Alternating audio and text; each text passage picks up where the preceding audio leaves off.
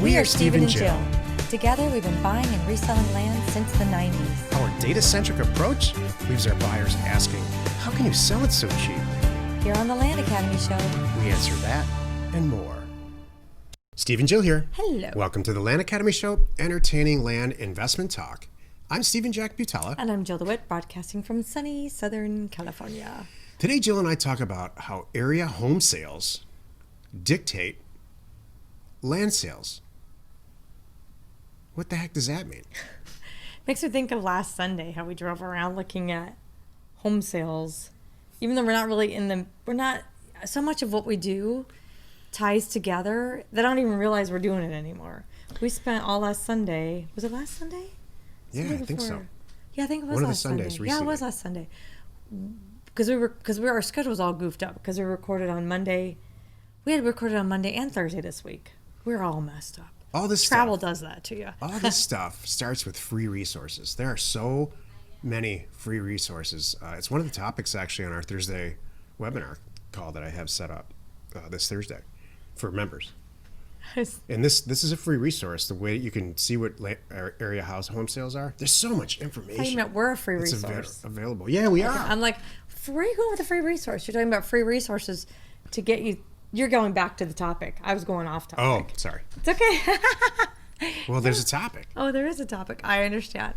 Hey, Jill, how was your It's okay. recent girl night out? Now we're going to go way off topic. I'm checking to see how much she drank because I don't know if it's what's going on here. No, that's not what's going What on. do you- But what it do was you- what do really you good. Talk out. When you go out with 4 professional women that are like your level, all by yourselves, like what do you talk about? What, Not business. really? Yeah, nothing business. What do you Isn't that honestly, I'm fun? asking you. Nothing business, nothing COVID.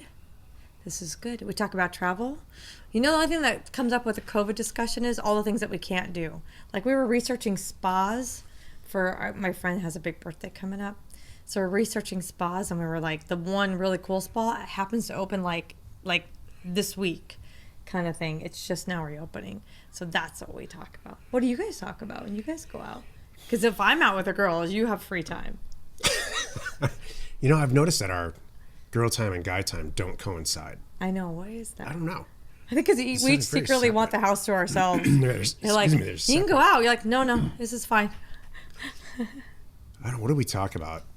It usually starts with, here's what guys do. It starts with just venting. Oh, And usually there's a ringleader. It's actually usually me who says this, like, look, that's all true. everyone's got 5 to 10 minutes to just say what you need to say. And whatever, you know, you can complain about California. You can complain about the person you're married to. You can complain about your business numbers recently. Those are the top 3 topics. And then for about 30 minutes, that takes about 30 minutes is a good time to consume the first drink. Okay. Then everybody's just a little bit chilled out. They got all the stuff they need to get off their chest. And then we actually start to have fun and laugh and talk about fishing. Cars. Or cars, yeah. Right. Or whatever. I understand. Oh, and the fourth one is our kids. Oh, yeah. Don't even bring that up now. That's not a good thing to say around me right now at all. So what's the anatomy of the chick thing? The anatomy of the chick thing? You didn't give us much information, Joe. Oh, we dive in and go hard with drinks. We get excited about that. We do care about what we eat. So there's a little bit of talking about that. We care about, we are not so into the environment, but we know who's around. Kind of like we sat down and noticed there were a bunch of kids. By the way, it was really weird at the restaurant we were at. I'm like, why are all these like teenage kids here? This is weird. But that was the extent of that.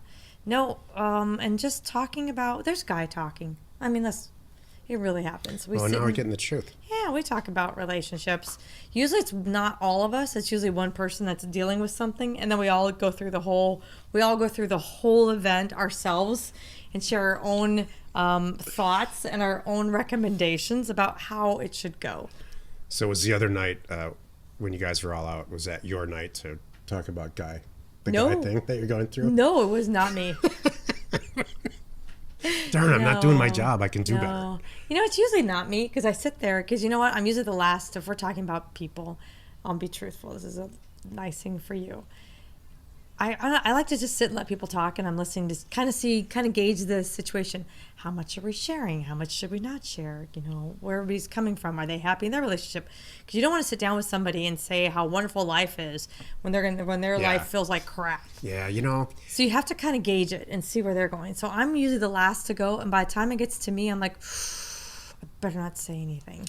I'm exactly the same way when I'm out with guys. Yeah. You know, I have to, for a while during this COVID thing, I prefaced what I was saying, like, you know, I hate to say it, but we're doing pretty well financially throughout this whole thing. And you can't say that. No, you can't. Just say nothing. No. Just say we're doing okay, we're surviving. Yeah, it's like you say, oh, life's great. I'm so happy. We just did this. We just did that. Oh, we're going to have another baby, whatever.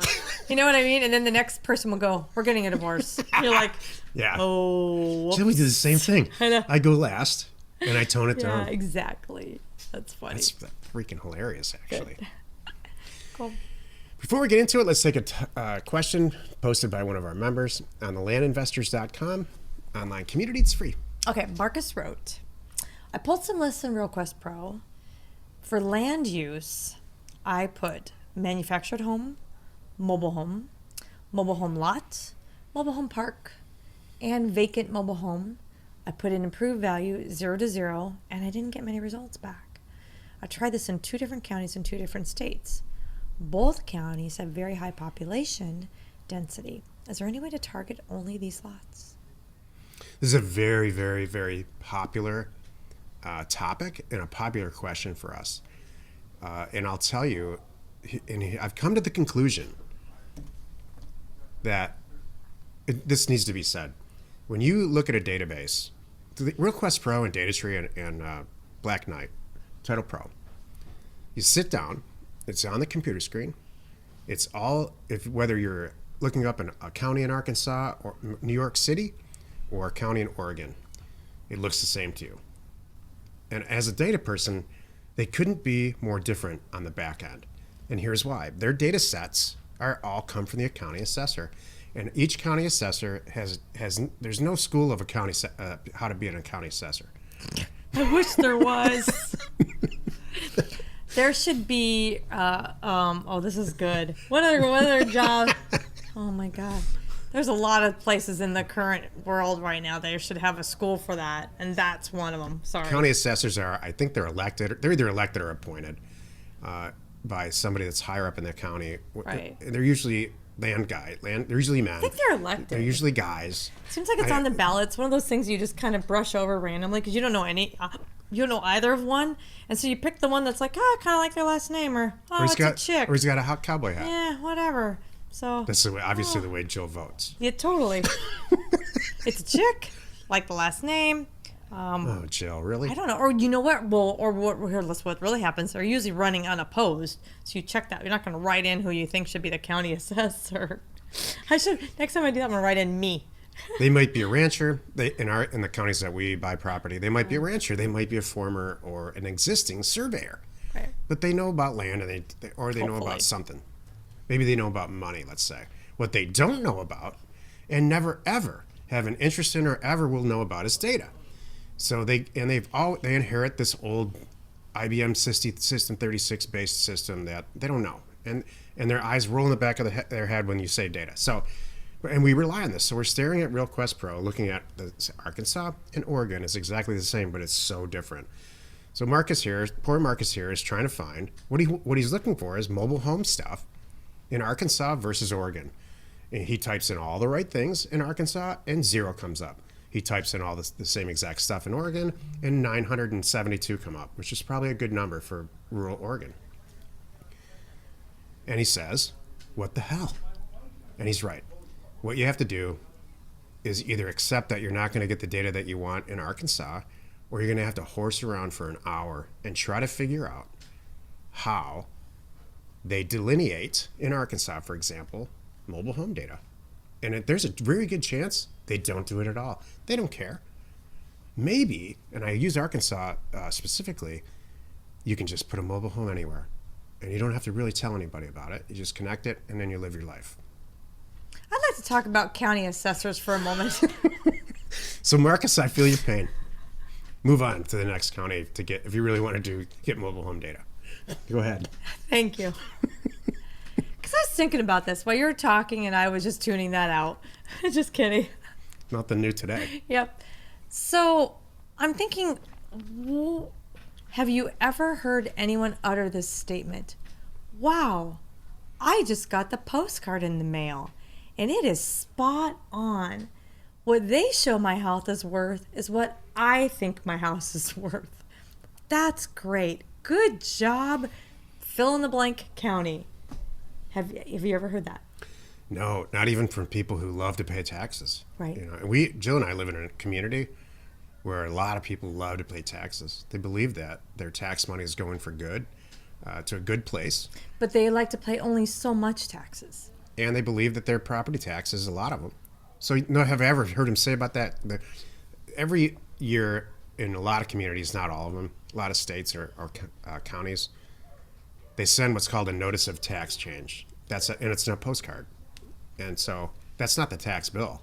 That's just a notice that, hey, you own this piece of property. We assessed it at $792 last year, and we're assessing it at $824. And here's why. If you want to contest it, go here, click on this, and here's a procedure. Right. So no, I've never heard anyone get that little postcard and say, "Oh, my taxes went up." Yeah. I completely agree with this amount. Or just that they agree with the amount. So that's what's so funny. So number one, I wonder, is the assessor? Okay, then let me follow me on this one here. So, and then the flip side is, right, so no one's, and then if you did agree with that, right, let's just say it was spot on, you're going to pay the appropriate amount of taxes. Well, who wants that, right? The whole planet is trying to pay, let's just be honest, right, trying to pay less taxes. So, see, that's my point. I disagree. Wait a minute. You and I agree that we all want to try to pay less taxes. Wait a minute. You think that my house is worth $489,000. I don't want to pay taxes on it being worth $250,000. I want to pay the right amount of taxes being $489,000. I don't believe that to be true. I absolutely believe there are an incredible number of people, specifically in California, that they say the tax rate's awesome. I'm getting what I pay for. And these are not my friends. They're not people that we hang out with. But yeah, I do believe there's a huge section. I'm missing this whole bubble of this community. Well, there's a lot of people shaking their head yes right now.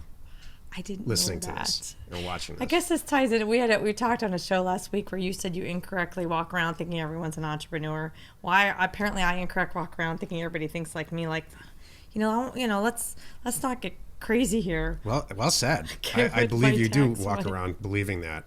We're avoiding. Oops. We're avoiding a very specific political affiliation type conversation, and I think correctly so, because I don't want to make this about politics. But there is a section of people that love to pay taxes, and there's a section of people which I think that you and I are involved in that think it's atrocious. Not only is it atrocious on how much taxes we pay, but how it gets spent. I see. Okay, now I get it. So because the connection is for me, I don't want to overpay, and I won't overdemand. I'll underdemand. I'm like, hey, you guys are doing the best you can. I realize you're on a budget. How can I help? Now I see. But the people who pay an appropriate amount, they feel, expect an appropriate service. Like police, fire, utility, whatever, not utilities, but you know what I'm saying. The things that the potholes in the street. We could go on for this about this forever. I didn't even dawn on me. I feel like I got because I'm not that way. I don't think about that. There's a pothole. I drive around it. I'm not going to call anybody and say fix the pothole. Got it. Never mind. So how does this, in your mind, translate into an assessor? Yeah. So my thoughts were, are they underpaid? Should we have really smart assessors that are really, really good at this? So we By can good really, at this, you mean reduce our taxes? No.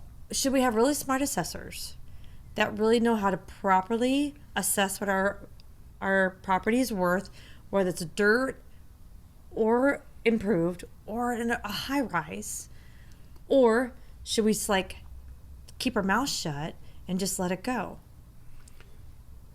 I can't answer that. Oh, okay. That's right. Well, that'll be for another show. What should we have? We should have accurate taxes. We should have accurate, fair taxes. Where I kind of like the fair part. where if you look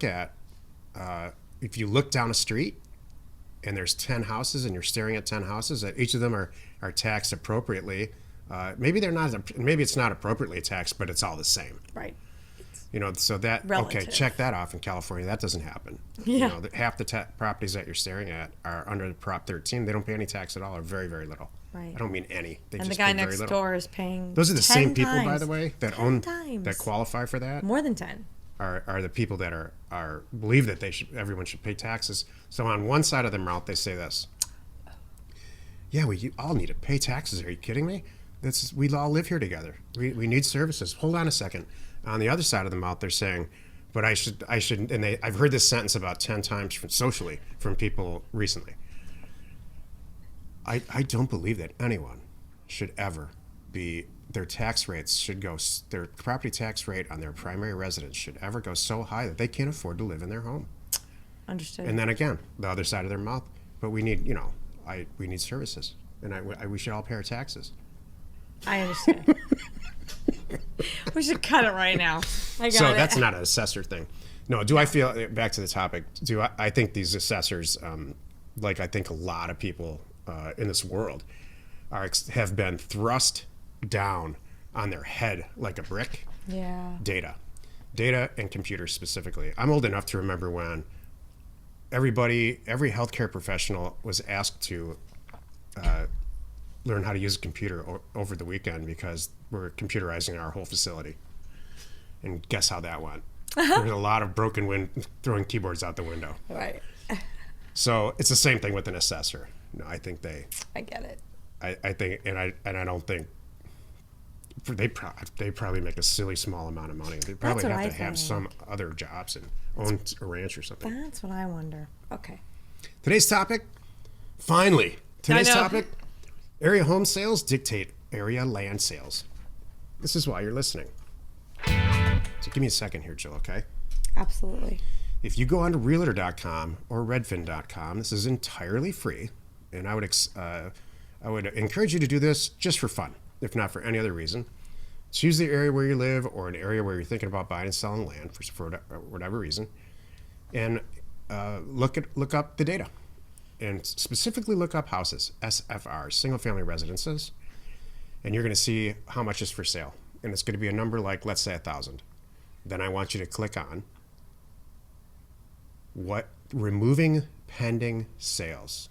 If you're listening to this a year from now, it may not work.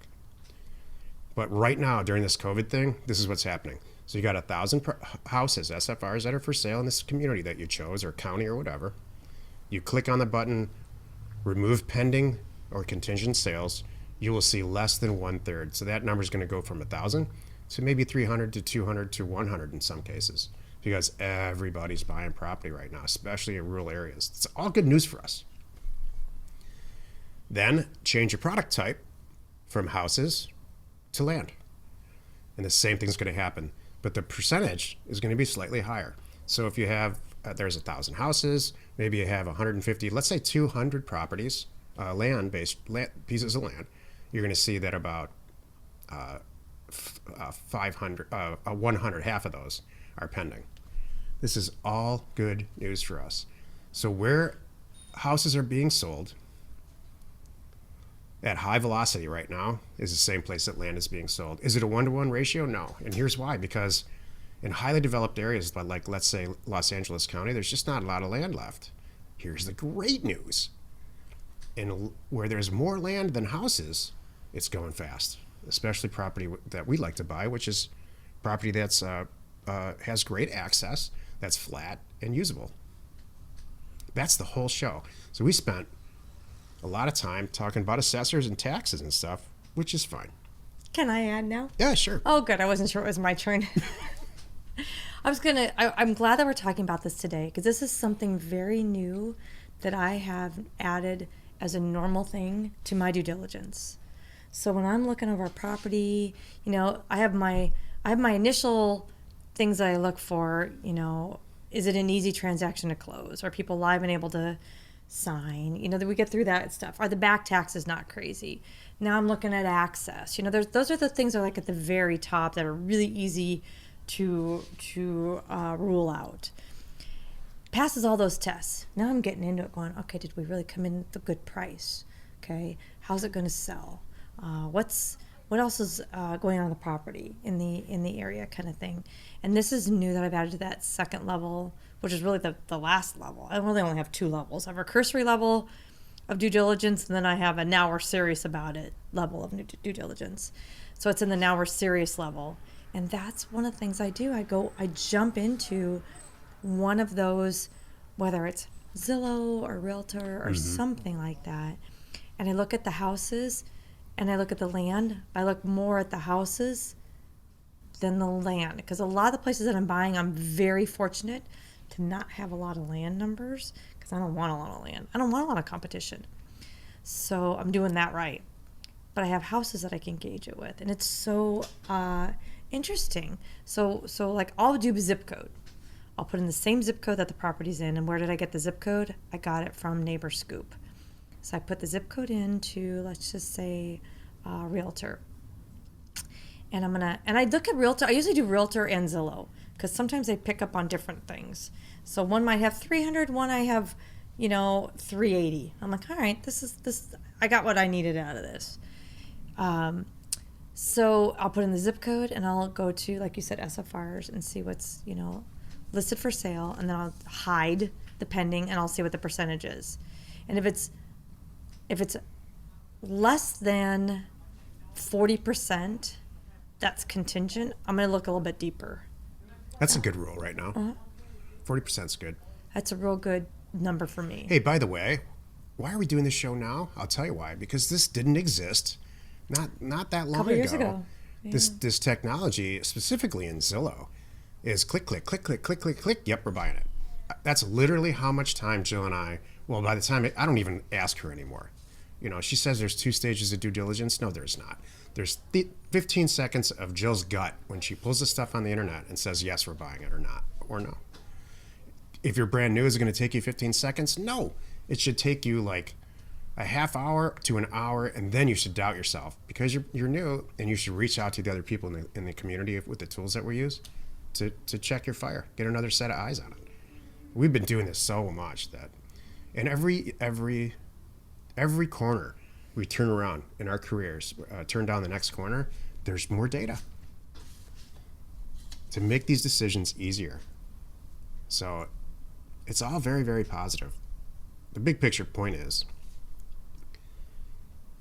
home sales, SFR specifically, and land sales are very tied closely. Is it 1-to-1? No, because for the reasons I said earlier, the percentages are different.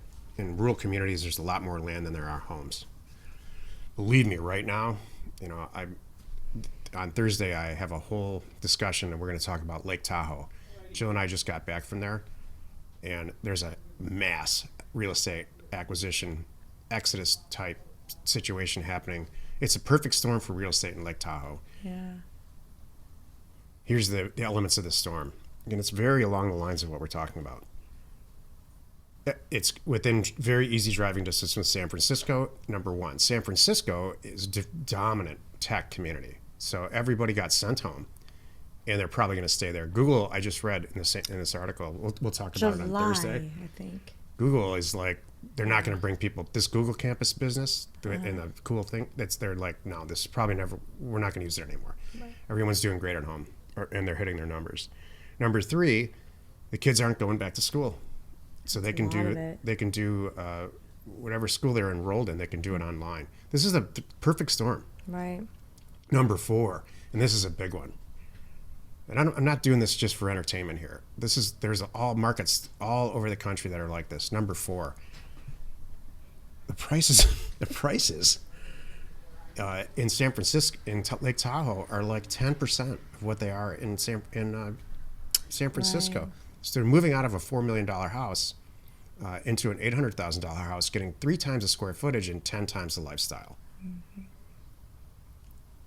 If that's not a perfect real estate acquisition situation, right? Okay, so do you think that's going to increase the value and the desirability of land in Lake Tahoe? Yeah, absolutely. And it turns out land is our business.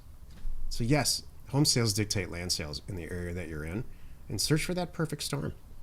There's like 80 properties that are available on the MLS in Lake Tahoe right now, houses. And like 8 months ago, there were like 1,200. Happy you could join us today. And Monday through Friday, you can find us right here on the Land Academy Show. Tomorrow, the episode on the Land Academy Show is called Solving Partnership Disagreements. You are not alone in your real estate ambition. I wonder where this topic came from. I don't know. Because we agree on everything. Oh, of course. Even on the show, we agree. Oh, sure. Never, ever have any issues. There's just nothing. And if we don't agree, we are so good at saying, "Excuse me, sweetheart. Let me know when you're done, and I will just like to share my Oh, this is going to be a blast thoughts." tomorrow. And the other person immediately goes, "Absolutely. And I'll take notes." And have I told you lately how beautiful you are and how much I appreciate you? Yes, and I love your hair.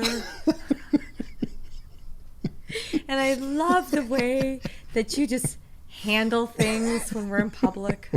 You're a really good cook. Yeah. I love how you drive, how you park, and how you do the laundry. And I feel very, very fortunate that since this whole COVID thing happened, that we can spend so much more time together, both professionally and socially. Yes. Oh, me too. I was missing that. I was missing some more quality together time. Trapped. Dead. Yeah. We would like to thank you for tuning in and ask if you haven't already done so. Please zip on over to our YouTube channel and subscribe. We hope that you find our content valuable, and your support helps us to deliver this daily. And we're really here to help you achieve your real estate goals. Your comments and suggestions also help us create the type of content that hopefully that you seek, and we look forward to hearing from you. So please hit the like button on episodes you enjoy, and it helps support our channels and the algorithms and all the stuff on how we gauge our content. It's one big growing Data. glob of content that seems to be going well so far. I think it is But too. it could all change any minute. Any moment. We are Steve. I was missed going to it. say. I was waiting for you. Okay. 3, 2, 1.